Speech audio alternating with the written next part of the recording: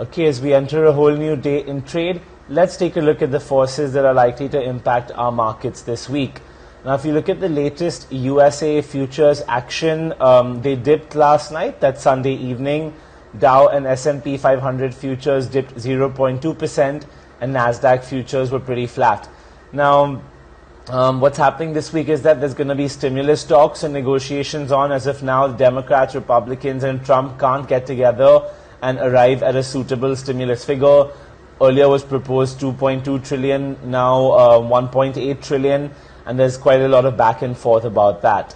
The second thing is obviously how the virus is being contained, and then thirdly you have the upcoming election. So the polls currently showing that Trump is not faring too well is also spooking markets to a fair degree, and all of this is culminatively leading to a fair bit of choppiness for the US markets overall. Now Asia this morning is trading a bit mixed.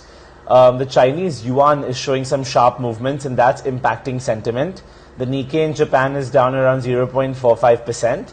The Topix is also down around 0.45%.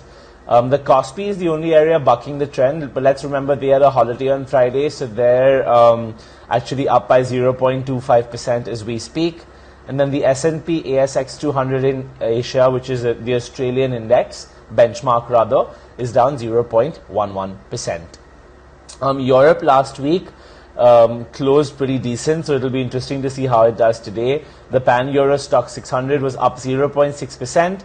Basic resources and travel shares did really well. They were up 1.5%. Auto stocks, on the other hand, were sulking. They were down around 1%. But if you look at the way the pan-European Stoxx 600 performed the entire week, it was up 2% for the week. And a lot of people consider that to be a fairly positive outcome.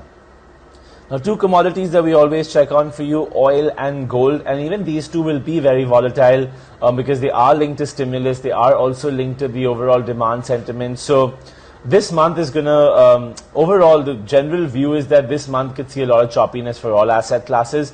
But what we saw in the most recent action for Brent crude is that it fell 49 cents or 1.13% to $42.85 per barrel. So at least we're firmly defending 40, which we've slipped below not too long ago. WTI was 59 cents or 1.4% lower at $40.6 per barrel. So they're just above 40 there. That's the US crude benchmark.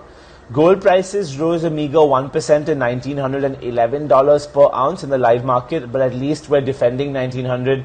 We did slip below there as well last week, and then the high is 2,070. So there's a lot of way for gold to go to come back to its high.